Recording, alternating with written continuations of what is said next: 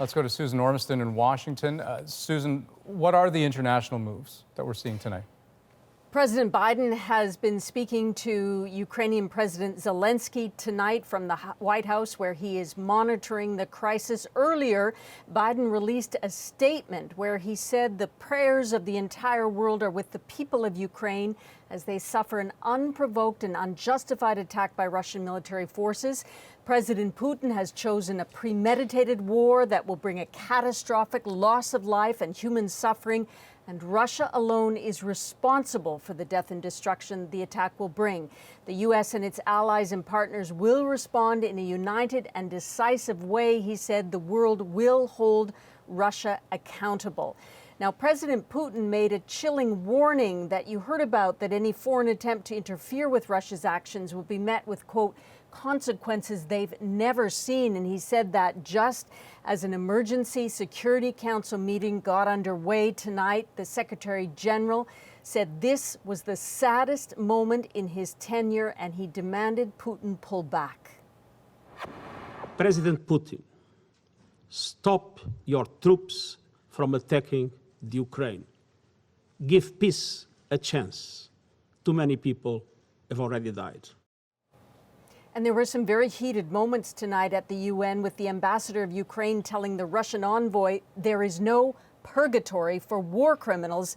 They go straight to hell. The Russian envoy was trying to tell the council that this isn't a war, it's a special military operation. But Ukraine's interior minister, of course, has confirmed that what we've been hearing, missile attacks in Kyiv, blasts in Kharkiv, shelling in Mariupol, perhaps an amphibious landing at Odessa. What we don't know tonight still is how wide is this attack and how far Russia will push into Ukraine. Earlier today, we heard widespread condemnation of Russia's actions at the UN, including from Canada's Representative Bob Rae. Russia and its acolytes can spin and can contort all they want, but the violations of international law are theirs.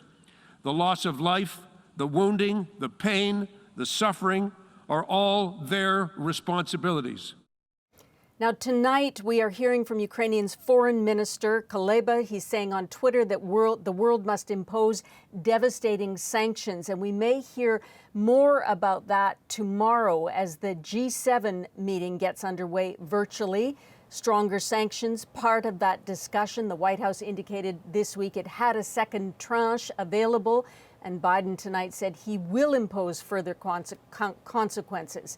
But so far, it appears that President Putin doesn't care.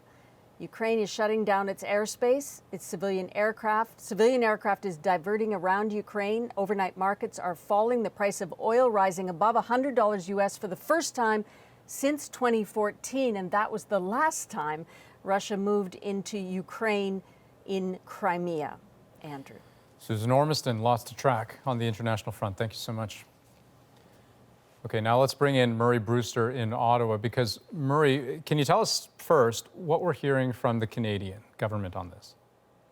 Well, Prime Minister Justin Trudeau has issued a statement this evening, and he is calling the actions in Ukraine by Russia an egregious attack. And the statement goes on to say that Russia's actions will be met with severe consequences. Tomorrow morning, I will be meeting with G7 partners, and we will continue working closely and quickly with NATO and our allies to collectively respond to these reckless and dangerous acts. A couple things that we can pull out of the statement here tonight, Andrew. The first thing is that Canada will be imposing further sanctions against Russia. There were sanctions that were introduced on top of sanctions that were already there when President Putin declared the independent republics of eastern Ukraine and that they had Russia's support. So we can expect to see more sanctions. Canada does have a lot of room to issue sanctions against Russia, because it was 2019 the last time that Canada sanctioned Russia over any matters that related to events in Ukraine.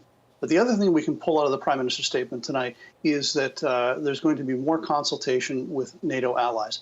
As part of Canada's sanctions announcement the other day, Canada announced that it was going to be sending more troops to Eastern Europe to bolster the Canadian contingent that was in Latvia as part of NATO's Operation Reassurance. That those reassurance measures are for Eastern European NATO allies who are unnerved by what is taking place in Ukraine. And we can probably expect to see more support for NATO from Canada over the next few days. Right. So that's the view from Canada. But Murray, talk to me about the operation in Ukraine that is unfolding right now, because you've been speaking with military experts. What should we be reading into the moves that we've seen so far from Russia? It is a fast-moving situation, Andrew. Now, we are getting significantly reports of landings in Odessa, which is in the south of Ukraine. There have been reports of missile attacks on command and control centers, primarily around the airport, the international airport in Kyiv. There have been reports of explosions in Kharkov, close to the Russian border. President Putin basically said that this is going to be a military operation in the Donbass region in the eastern part of Ukraine. So we have forces that are apparently coming in from the south in Odessa. There appears to be more shelling and a major military operation underway in the east, and potentially there could be one in the north. So that gets Ukraine and the capital of Kyiv almost caught in a pincer. And we don't know the extent of the operations right now, but a lot of the military experts that I've been speaking to over the last several weeks have said that even with 190,000 troops, which is approximately what Western intelligence has suggested Russia has, Russia still doesn't have enough forces to be able to take and, most importantly, hold the entire country of Ukraine, because Ukraine is a vast country. So there's going to be an attempt by the Russian military, at least according to a number of experts, to perhaps go around the major cities and to cut them off and to isolate them over the next few days. Those are some of the things that we could potentially be seeing, in addition to a very sustained air campaign of missiles and perhaps bombs. A broad array of possibilities in the coming hours and days. Murray Brewster, thank you so much for that.